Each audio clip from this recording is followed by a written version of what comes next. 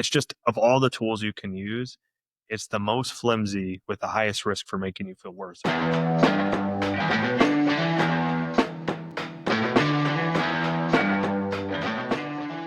Welcome back to Past Your Prime, the podcast for active adults balancing training, rehab, family, and real life.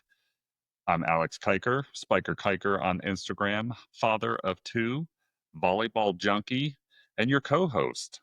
I'm here with my guy, Craig Smith PT on IG.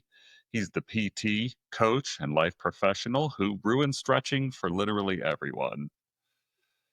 Today, for episode 32, we're going to question one that we hear all the time. Why do my hamstrings always feel tight? Before we jump into that, we wanted to get an update on 75 Hard. I've had several folks ask. You're 4 weeks in at the time of this recording. Our schedule's been a little bit weird.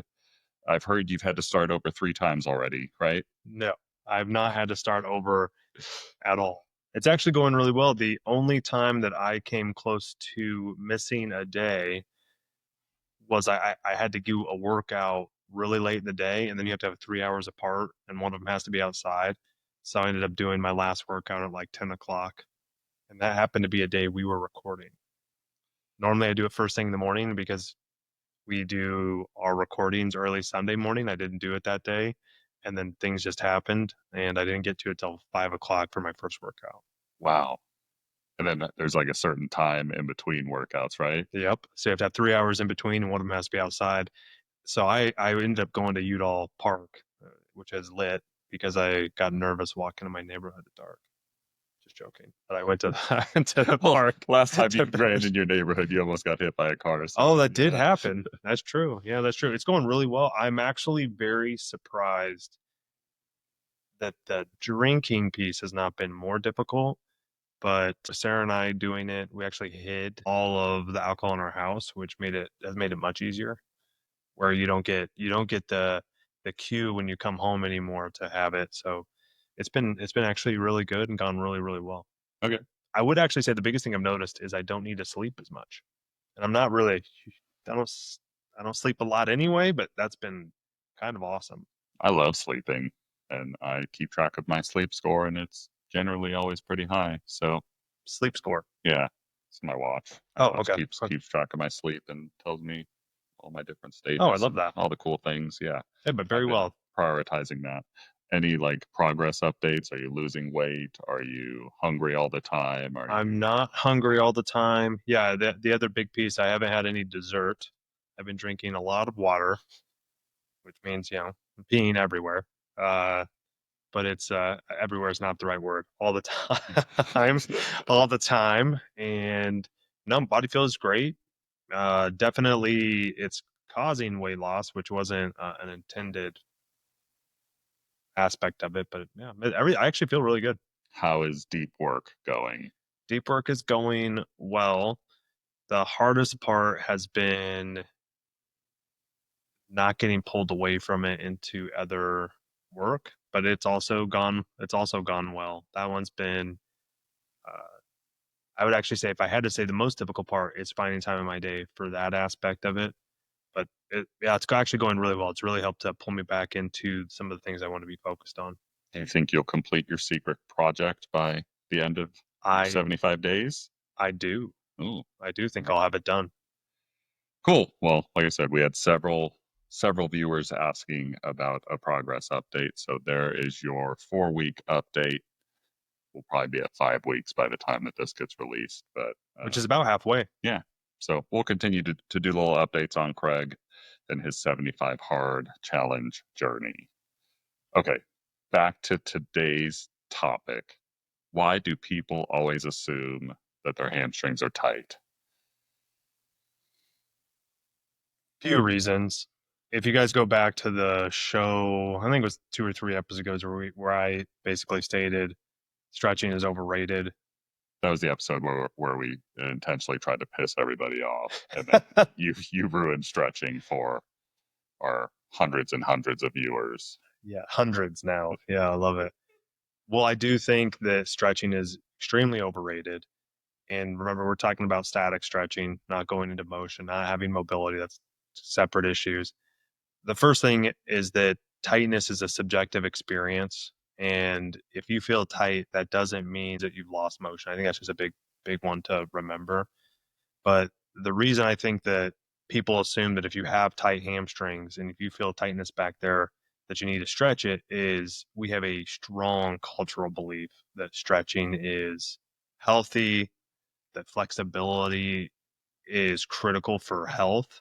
And I don't think that people understand the difference between a subjective sensation experience and actually mechanical limitation. I think those two things are separate. I don't think that's well explained. And then I think the other big one is it feels good to a lot of people. So it feels productive and it provides relief. I now find myself just judging anybody that I see stretching and like wanting to go tap them on the shoulder at the gym. Like, that's bad for you.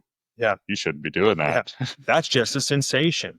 It's a sensation that may or may not be accurate. Nobody wants to be told that. And I think that it's very difficult to understand the difference between muscular tone, neural tightness, and muscle length and what those all mean and that they're not the same terms. And I often think that it's easier to give somebody a quick solution, but oftentimes with what we're treating in here and what we're trying to do, there's incredible amounts of nuance. It's actually not a simple problem. Have you heard how you can have a fever for a whole bunch of different reasons, Oh yeah, sure. right? So it's a symptom, but there's so many different things that can cause a fever to spike in your body. And imagine if you just assumed every time you had a fever that it was this one thing that it had to be, and you always did this one solution. Well, you would miss out on all the other reasons that you could be sick from. And that's to me a very similar thing with hamstring tightness is there's so many things that can cause it, and it's not clear to you if you don't have the skills to pull it apart what the actual problem is.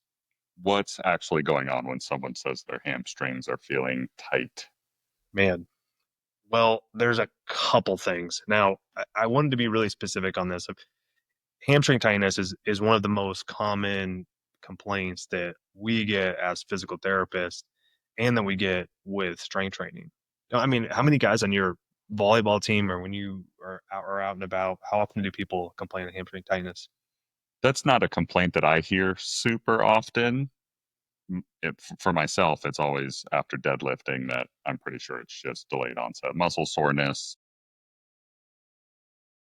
I probably hear a little bit more about like back pain and shoulder pain and knee pain for Than anything else? my volleyball athletes, but yeah, there's probably a cohort that are having hamstring issues, but just not talking about it because it doesn't sound cool.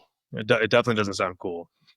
I would say because of how many of my uh, clients have a running background and how many of them are working professionals, it's makes it a really common complaint.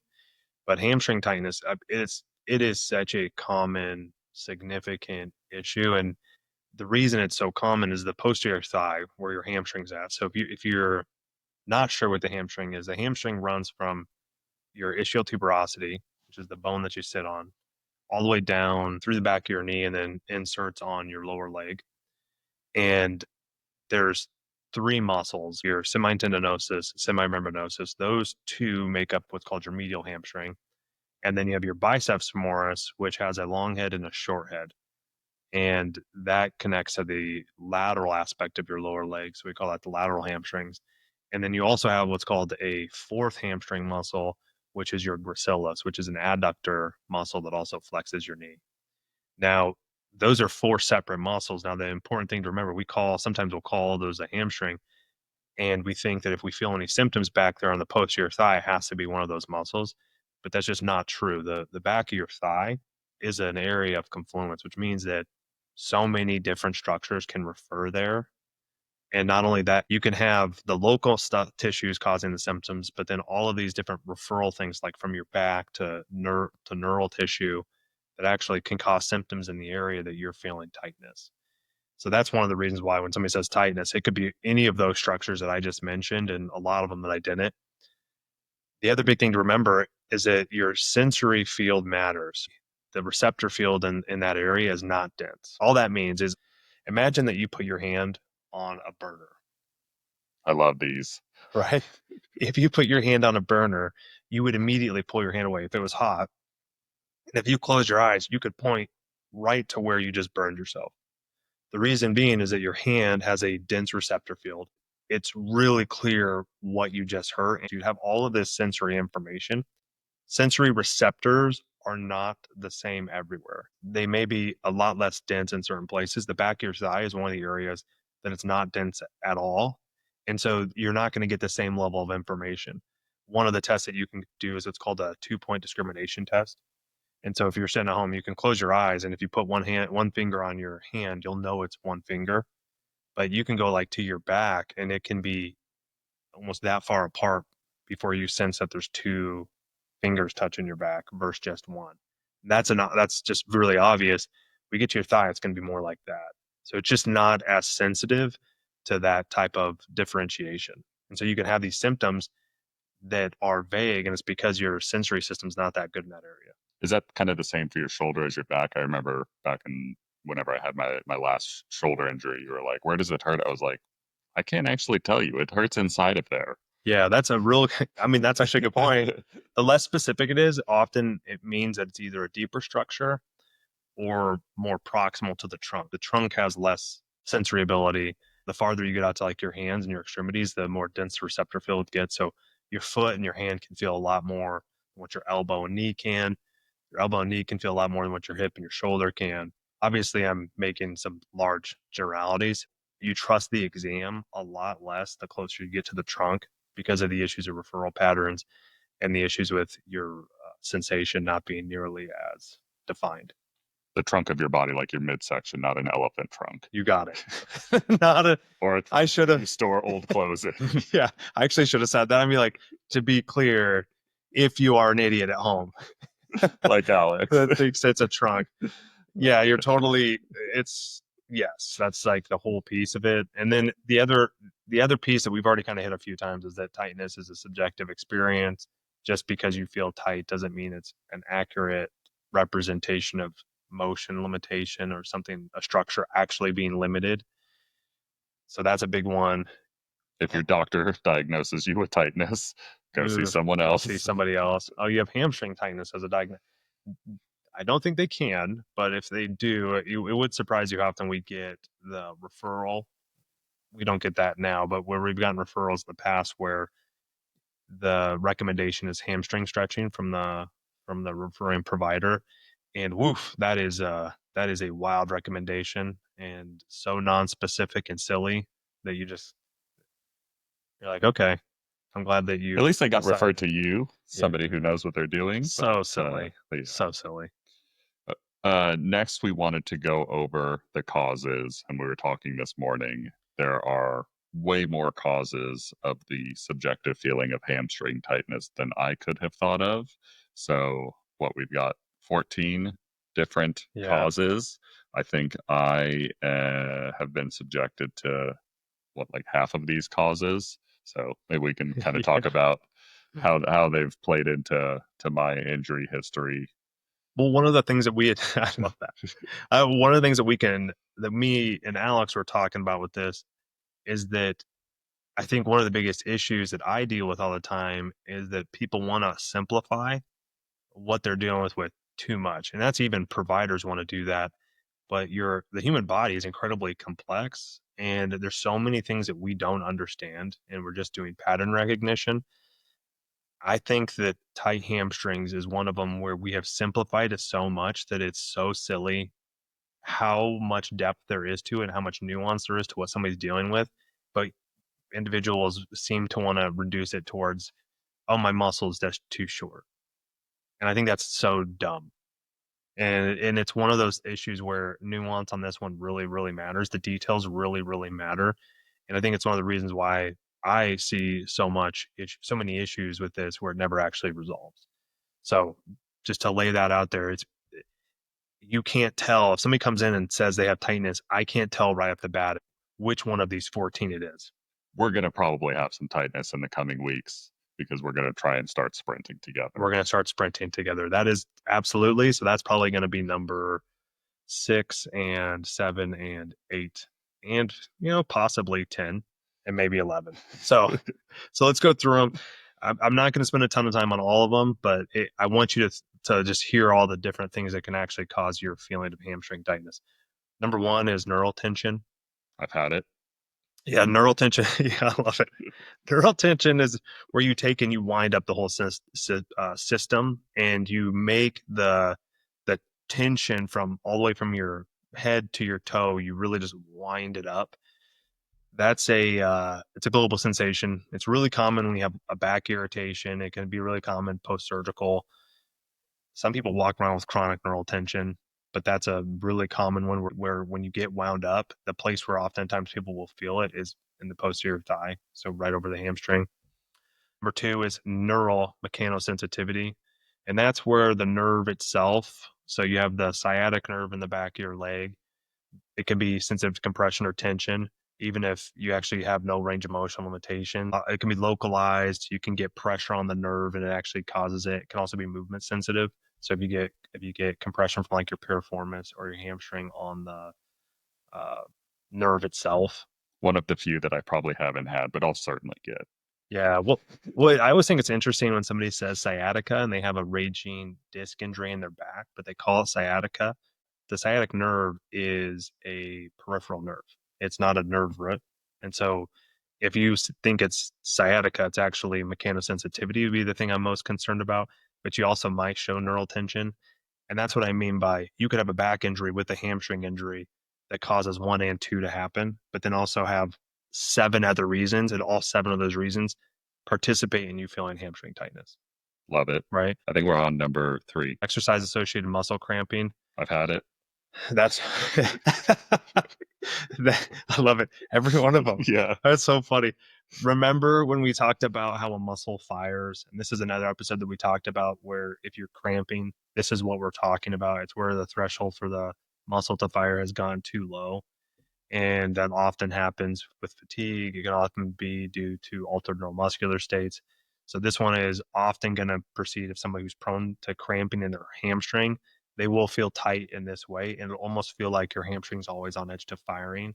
That's not tightness. That's a lowered threshold for the muscle to fire. The next one that I think happens all the time is lumbar referral, I've had it. right? And if you don't, dude, you are going to say like it's going to be 14 for 14. Yeah. The funny part with lumbar referral, so referral, just to be really clear, referral doesn't mean it has to be a nerve.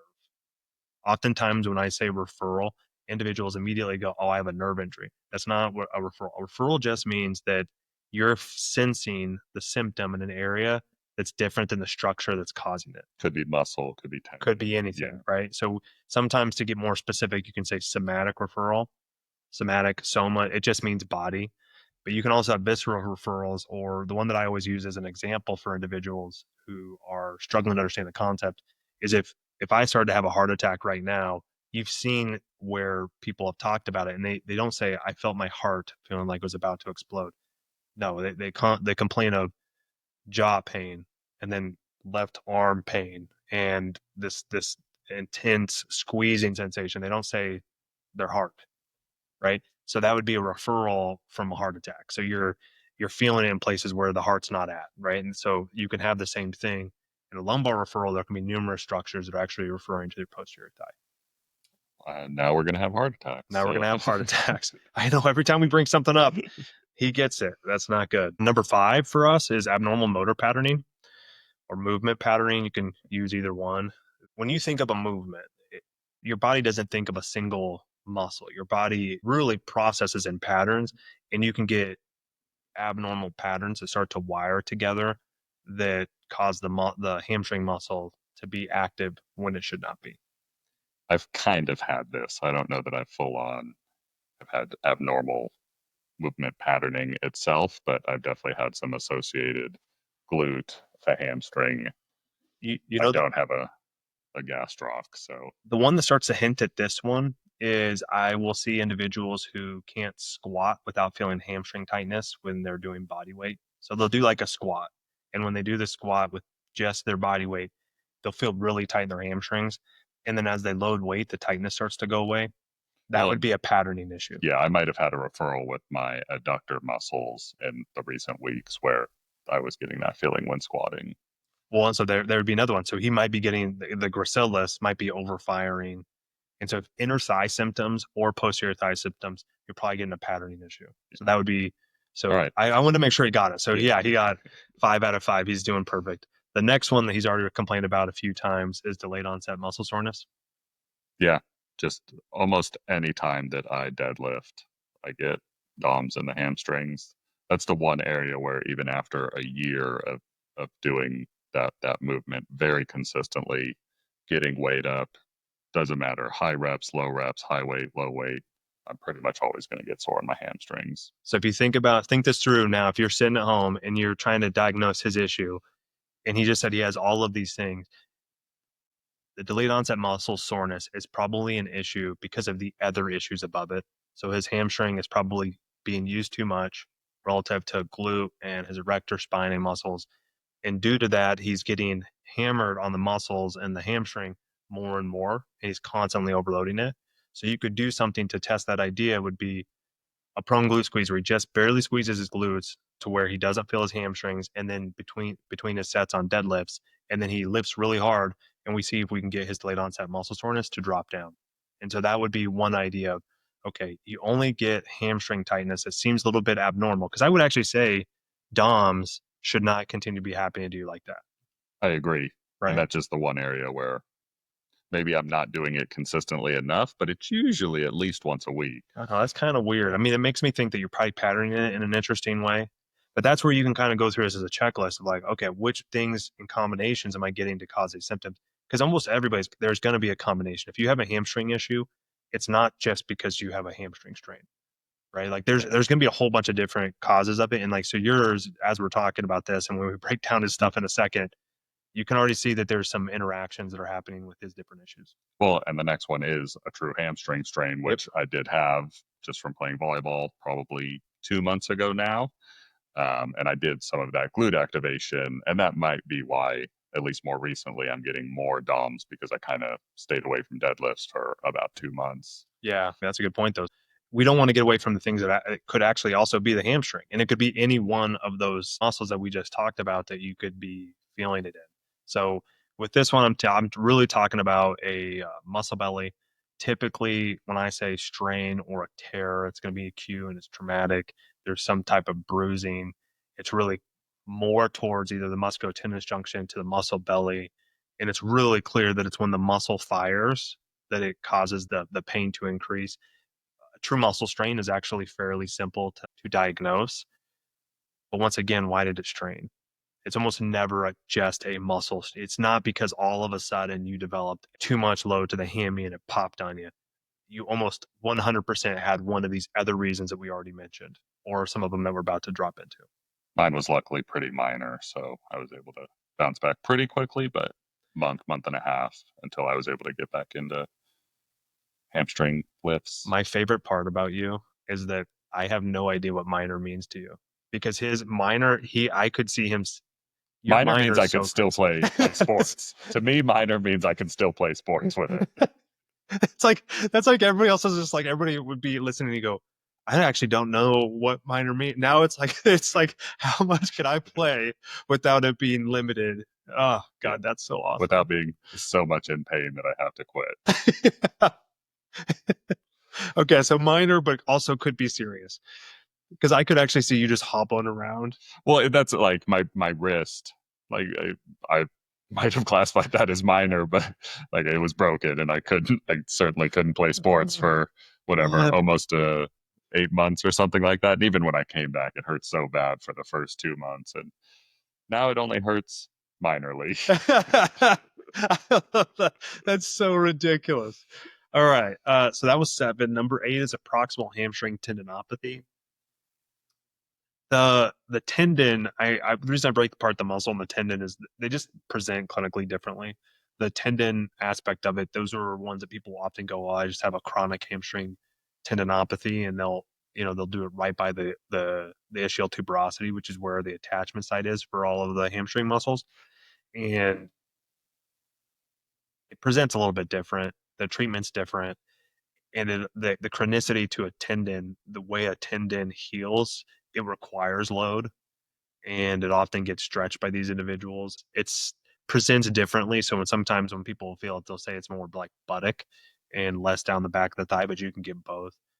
So it's another common cause. And then right underneath that one, number 9 is an ischiogluteal bursitis. So a bursa, have you heard of a bursa before? Yeah, I think in my shoulder I've heard of it.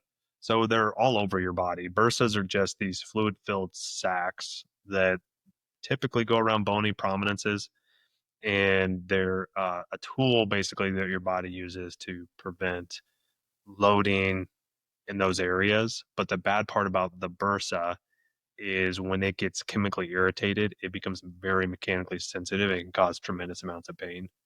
So when you talk about like the shoulder, you can get these acute bursitis in the shoulder that are incredibly painful. So rapid onset, severe pain with motion limitation in the shoulder, you always think, oh, you got an acute bursitis.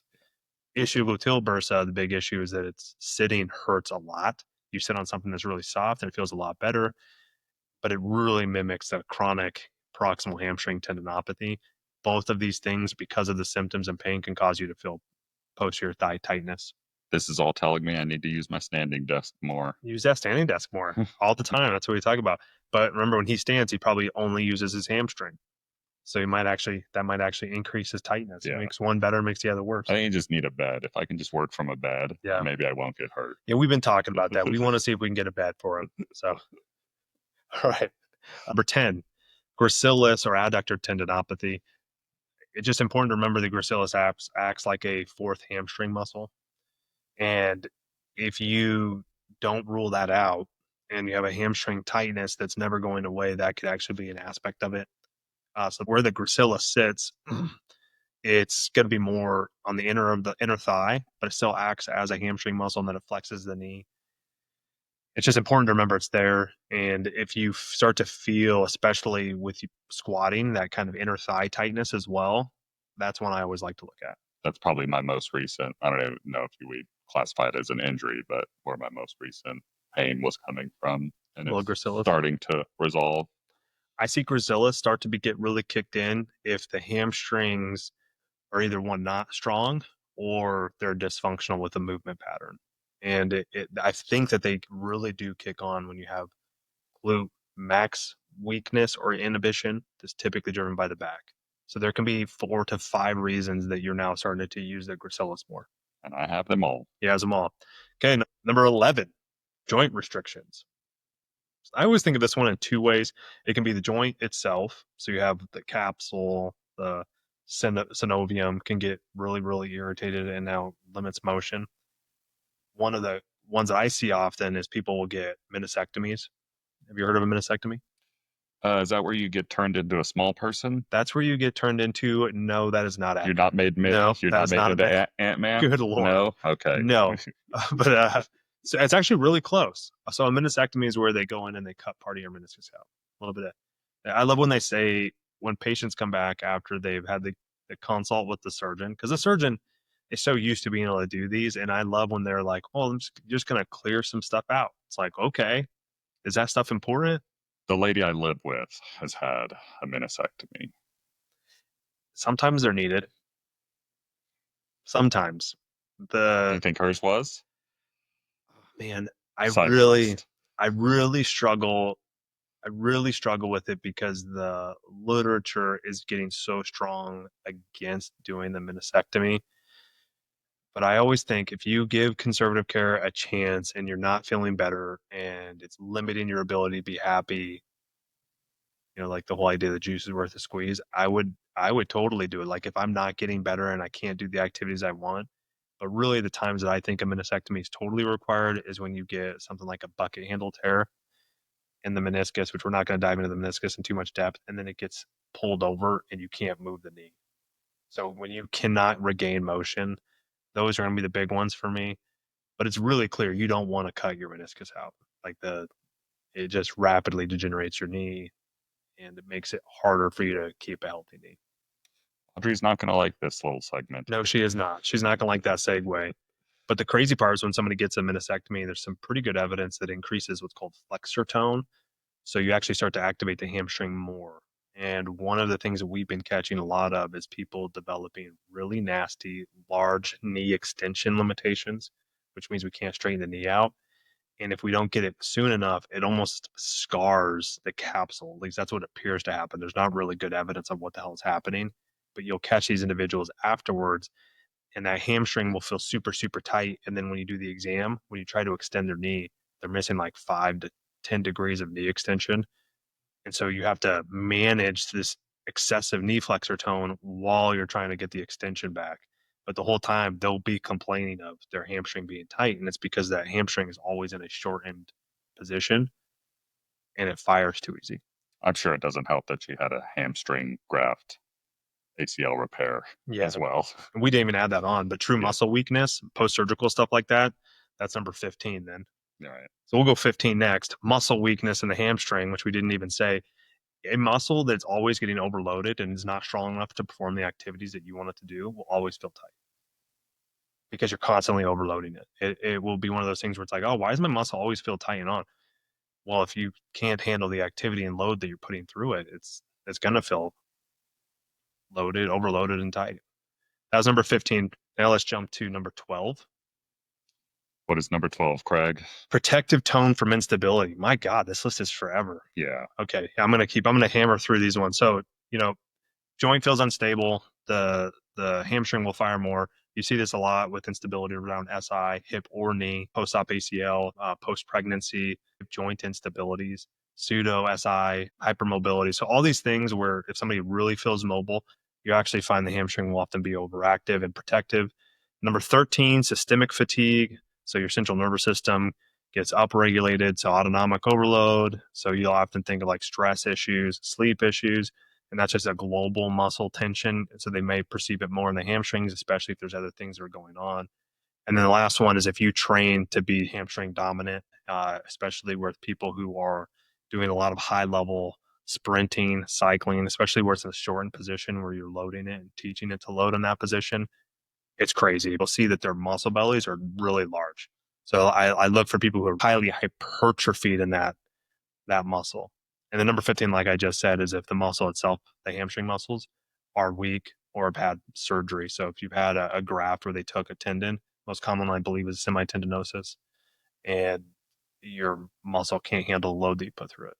So 15 reasons. A lot of reasons that your hamstrings can have that tightness sensation. Is there any case where stretching actually helps? Generally speaking, Craig is going to answer no. Well, So the reason I think of it, right? Like if you think that something is incredibly complex and the answer is never really clear, then what you do is you think of it in probabilities. And from everything that I just said, in almost every case, stretching at the beginning, static stretching, would be a mistake. At the minimum, say it does feel good. I don't think you're actually changing anything. I think you're basically blocking a symptom. You're going after a symptom and you're never addressing the root cause. But at the worst, you are making the mechanism that's causing the thing to be persistent and never go away to get worse, whether that's the neural irritation or the exercise associated muscle cramping, the threshold, the strength aspect. The strength aspect. Yeah. You're just making it worse. And so it feels better in the moment. And then you think you've mastered it or you think it's better, but really you just made it worse or persist. So no, I don't. If you can give me, I don't think you can make muscle length from it. So if you are so tight and you really just want to make it so you don't perceive your ass tight, I guess I'm not sure. I honestly, if you could really, maybe scarring, but even there, where you have like an actual true mechanical limit in the length of your muscle. Yes, but I would want to see. there'd have to be very clear reasons. It wouldn't be hard to tell. They would have some level of damage to the actual muscle in the history. And then you should be able to find where the scarring is happening. It shouldn't be this kind of made up, you're covered in scars. Hey, I'm scarred everywhere for not a real clear reason. There should be a very specific thing that you can catch in the history. And then you should be able to regain that through the exercises and actual rehab rather than static stretching. Yes, I think that you doing activity through the muscle and loading the tendon, all of those things will actually cause what you're hoping to cause from stretching. It's just of all the tools you can use, it's the most flimsy with the highest risk for making you feel worse. If you use that as your framework, I would never recommend stretching. I just think it's such an easy, preventable mistake. Right. Quick recap. So if you've been stretching your hamstrings every morning and they still feel tight every afternoon, you're not broken. You're just doing the wrong thing. So don't do the wrong thing. Hamstring tightness is off to your body just trying to protect something else. We talked about several of the referrals already. We just went over the 14 plus, at least 15 things that can kind of cause your hamstrings to have that tightness sensation. And none of those are going to be fixed by stretching. If you haven't done so yet, throw us a subscription. We love creating this content for you guys, and the more subscribers we have, the more time we can dedicate to it. Also, share it. Share it on your story. That would help us gain more followers, and we would totally appreciate it. Moving on. If stretching is not the answer, what should people do instead? What a great question, Alex. I feel like I went so long in that last section, but I I think it know. was needed. But okay, I'm going to let it go. All right. So if stretching is not the answer, what do we do instead? I think that there's 5 steps. And I went through this framework with the understanding that I think stretching is a mistake. And number 2, that you're most likely not going to be able to suss out all of the different factors that are causing your hamstrings to feel tight. So this framework is built with me providing information to you with some assumptions of what I actually think it is for people with persistent hamstring tightness.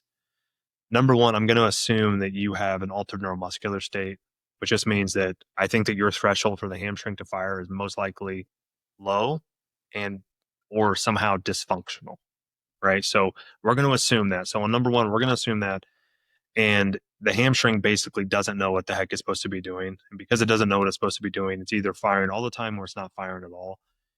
Now that compensation, poor sequencing, like I said, you're going to start to notice, does your hamstring feel tight in places and times when it shouldn't? So for example, do you feel hamstring tightness when you're driving your car?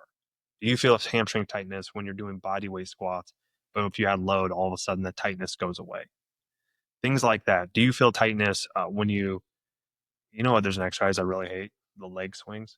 It's becoming like my least favorite exercise. Like All where the you're runners, standing in. you're swinging Yeah. your I legs. see a lot of people do that at Oh, gyms, and oh my God! It is. It is. It's becoming my number 2 behind straight up static stretching as my least favorite exercise because that tug is so provocative to people. And so this is one of them that I'll use. I'll have somebody who comes in with a leg swing pain and they'll do the leg swings.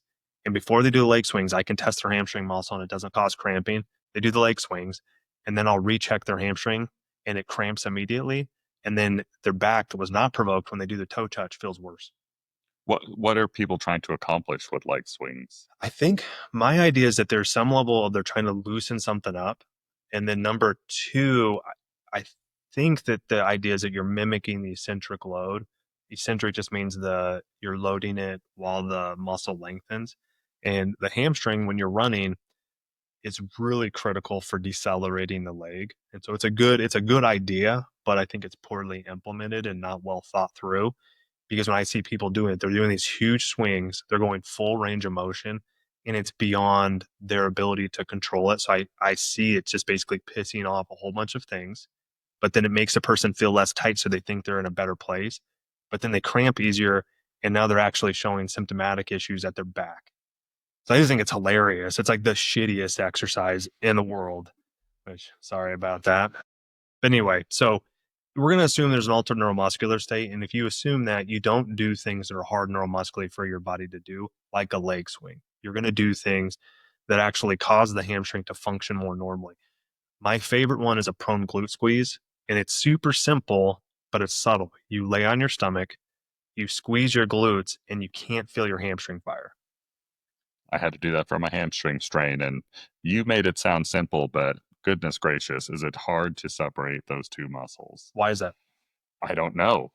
maybe because I have this hamstring firing insufficiency that we've talked about. And I think it's important to note though, because in terms of hamstring strength, like I can deadlift 315 pounds, not easily, but like I can do it, but I still have this weird insufficiency in terms of the firing of my Don't hamstring specifically. Oh my God. I just love that. Like, cause it just shows you that it's not a performance issue, Right. right? It's so like, that's like the big piece. This is not a performance issue. The reason that this is happening for him is Is that 1 through 7 on the 1 through 7 list. on the list. I mean, you have all these different reasons. And the reason he can't do the prone glute squeeze is we're asking him it's not performance. It's not how much he can lift because we know he can lift a lot. We're asking him to use one muscle relative to another in a way that he's never trained it and has actually done the opposite. He's trained it in a very opposite direction where the glute instead of the hamstring is the assistant, which it's not supposed to be. The glute max is one of the strongest muscles, if not the strongest muscle in your body.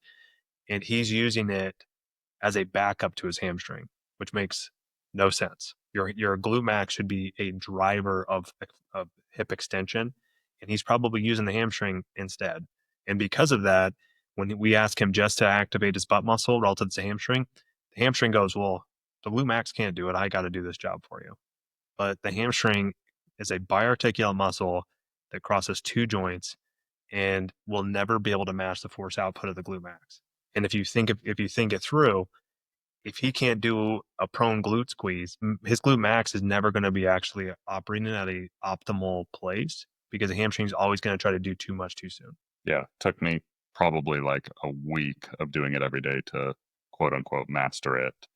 And then I think I did it for like 6 weeks and finally kind of resolved my issues and tucked it away in my home plan. Well, and so like my idea is if somebody's feeling what you're saying, so if somebody's feeling what Alex, if you're at home and you notice that your hamstring is always lit up after an activity, and say it's a hip hinge variant like the deadlift, then my favorite thing is to do a prone glute squeeze and then superset it with a bar rack, like a higher deadlift where you're just focusing on getting the last piece with a really strong glute squeeze the whole way through. And you're just patterning the glute max to be more active through it. And so all we're saying on this one is you're not stretching it when you have an altered neuromuscular state because we know it's going to feel tight. You're going to do something to get the hamstring muscle to be less active.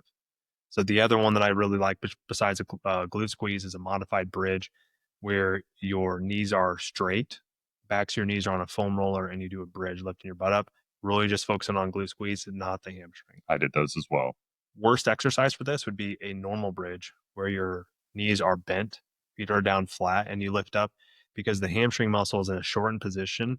It's going to have what we call active insufficiency. You're going to be very, very prone to cramping and actually kicking up more activation in the hamstring than what you want. Right. So don't do that one. I won't. Cool.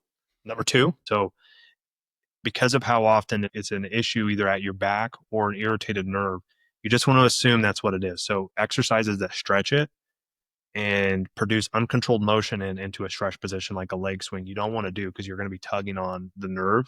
And a nerve that's mechanically sensitized means it's chemically sensitized. So there's a mechanical or a chemical and a mechanical irritation that's happening around the nerve. It does not respond well to uncontrolled load or compression. So you just want to be very careful. You don't want to dig into the muscle. You don't want to be sitting on a ball, just like the most common thing. Instead, throw in some low level neural flossing. You're just basically moving the leg in a rhythmic pattern with no stretch being felt. That's it.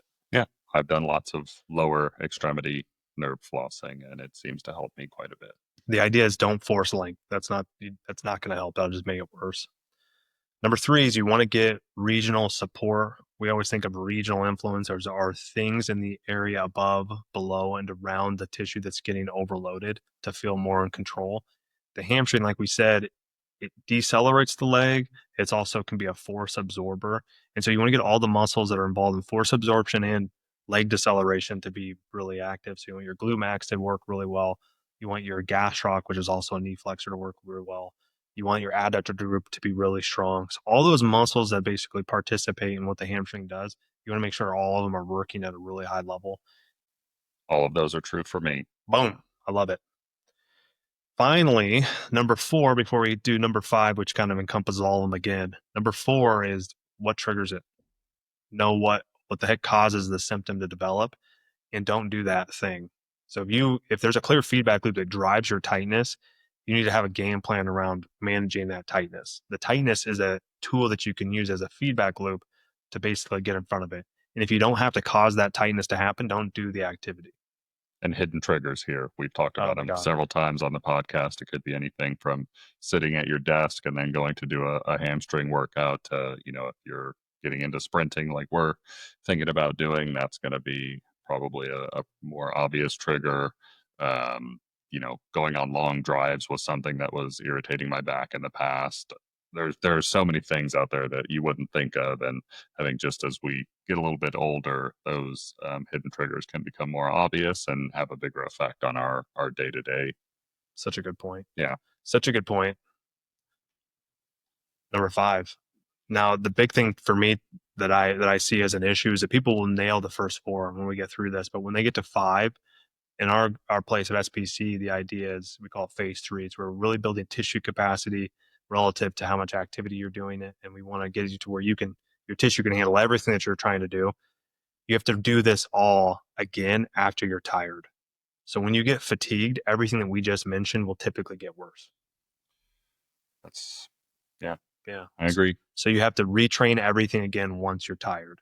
So at the end of a long run, you would do what we did for your warm up to get the hammy ready. You would do it at the end. So for him, after he gets done with like a really hard workout that he normally gets late onset muscle soreness with, he would do the warm up to make sure that the muscle and the hamstring gets normalized again. So that should help with his DOMs. That would help with the ultra neuromuscular state. That would help with his back. That would help with his calf being dysfunctional. And it could also help with the abnormal motor patterns that if he's wired them well, he might be doing throughout his normal day-to-day activity. All of those things you want to do again when you're very, very tired, because all of them will be more susceptible to this issue developing again. Yeah, and I think that's probably where a lot of people fail is the after workout kind of quasi recovery workout that all has to happen within the same time frame. Yeah, and everybody's rushing on time. Right. But if tightness, hamstring tightness is a big issue for you, you've got to build this into those days that trigger your hamstring tightness. And kind of to close things out, well, I think we kind of discussed quite a few of these already, but what are some simple things someone could try today instead of stretching for their hamstring tightness? Well, number 1, that list that we just went through of number 15, listen to it again and see if any of them hit you. They sound, oh, I've had back pain. Okay, well, you might be susceptible to this. Tightness might be from your back. Or, man, I cramp really easy. Okay, I got to see why I'm cramping so easy and I got to put a plan around it. So the first one is understand the mechanism that's causing the tightness. Don't assume it's a tight muscle. Right? Yeah. Number 2, the prone glute squeeze, I think is just one of my favorite. And you can try it right now. You lay on your stomach, see if you can squeeze your butt relative to your hamstrings firing. Remember, it's not about how hard you can squeeze your butt. It's how much you can squeeze your butt without any hamstring involvement. It does not matter how hard it is. Dude, you should just try it. It's crazy. So much more difficult than it seems like when you talk about it. It really is. And what's funny is there's some signs when you're not doing it well. The first one is if you start to notice that your lower legs start to lift off, that's because you're firing your hamstrings. Your knees are starting to bend. That's your hamstring. So that's already an immediate fail. But most people, when they first try this, will not be able to do it. And most people won't even notice that their hamstrings are on. But if you do a prone glute squeeze and you cramp immediately your hamstring, or if you cramp at all, if you notice that you can cramp when you're taking your shoe off, or if you notice you cramp if you try to do a quad stretch when you bring your heel to your butt, you have a lot of hamstring muscle function abnormalities that need to be corrected. You will always be prone to hurting yourself. So start with the prone glute squeeze. Number 3 is I would assume that you have a back issue, and I would lumbar traction like we talked about, or some level of neural flossing, and just test to see if that drops your level of feeling of tightness. Because if it does, that's obviously a contributor. Those would be like my big ones just to start with. And then finally, if you notice it's happening all the time, try to figure out what the feedback loop is. Try to figure out what the heck activity it is that's causing it and really understand and master that trigger. And then at the end of the day, think about how you can fatigue it and train it when you're fatigued. Great. Yeah. I think that's a good place to wrap it up. If your hamstrings always feel tight, now you know it's not a length problem. It's a message from your body, not an email, just a general message. What a great line. Stretching might feel like you're doing something healthful, but Craig hates it, so just stop. Do it for me. Yeah. Stop, not stretch. Yeah, just to be clear. If you're serious about long-term movement and performance, you've got to stop reacting to the symptom and start fixing your system. Go ahead and hit subscribe for us. We'd really appreciate it. Check out pastureprime.com for more tools. And please send this to a friend who's still doing toe touches every morning and tell them to stop. We'll catch you next time on Past Your Prime. PYP, baby. Peace.